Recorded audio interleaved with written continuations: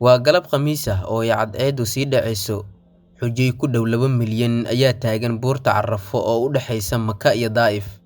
Saakay ayay halkan u soo kalaheen daafaha dunida ayayna ka kala yimaadeen si ay u gutaan tiirka shanaad ee arkaanta Islaamka ee xajka. Waayeel uu sanadkan xajku ugu horeeyo ayaa ku badan. Fursad mar la arag ah ayay maanta haystaan. Farxad ay qaarkood la ilmeynayaan ayaa ka muuqata wejiyadooda. Alla deeqsi ah oo naxariis iyo dembi dhaaf badan ayay marti u yihiin. Gacmaha ayay kor u taagayaan. Weji iyo qalbi khushuucsan ayay Alla ku baryayaan. Ruuxdooda ayaa duceynaysa inta uusan afkoodu duceyn.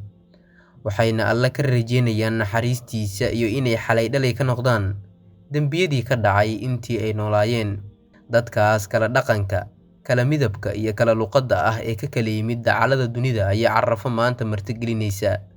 Maxabo iyo isjacayl walaalnimo ayay isu muujinayaan oo isku salaamayaan. Shanfaroofle isma fahmi waayo af Carabi jajaban ayay ku wada hadlayaan. Maanta lama kala labis qurxoona oo waayeelka xoolihiisa soo xaraashtay si uu sanadkan u xajiyo iyo maalqabeenka sanad kasta xajka ku laalaabta isku labis ayay xiran yihiin. Halkan ayay maanta ku wada guteen rugniga ugu weyn ee xajka ee Carafa. Gabaldhaca kadib ayay ku rogmanayaan Carafa oo u dareerayaan Musdalifa. Halkaas ayay caawa baryi doonaan.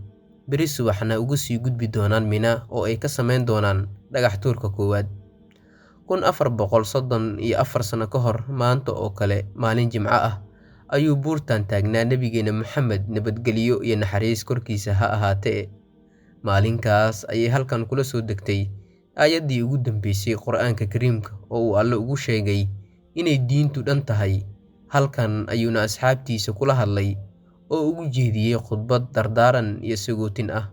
Wuxuu ugu digay xurmada dhiigga, cirdiga iyo xoolaha muslimka.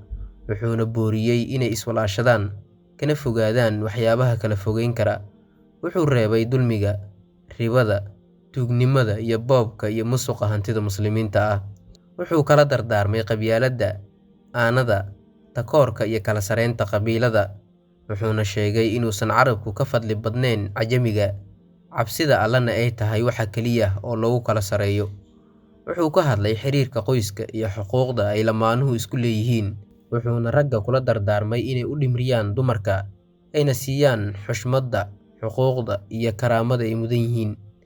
Eebbe acmaasha xajka ha ka aqbalo walaalaha fursadda u helay inay maanta istaagaan baanka Carafo. Annagana ha naga aqbalo soonkii iyo acmaashii aan maalmahan gudanaynay. Hana inoo kaso inaan Carafo dul joogsano sanadaha xiga.